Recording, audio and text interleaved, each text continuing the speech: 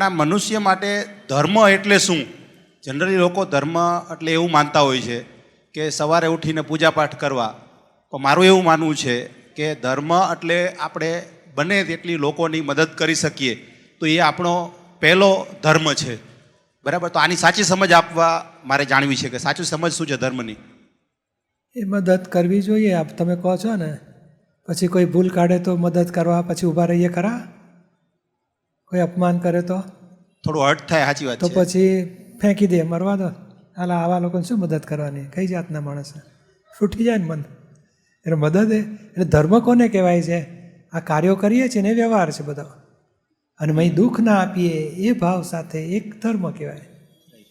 શું બેસી રહ્યા, જાઓ ને ખાવાનું તૈયાર થઈ જાઓ, ભાગો બધા જમવા, હાલો બધા જમવા, એ બોલે તો સારું કહેવાય? ભાગ્યશાળી મહાત્માઓ જમવાનું તૈયાર છે, પધારો બધા જમવા.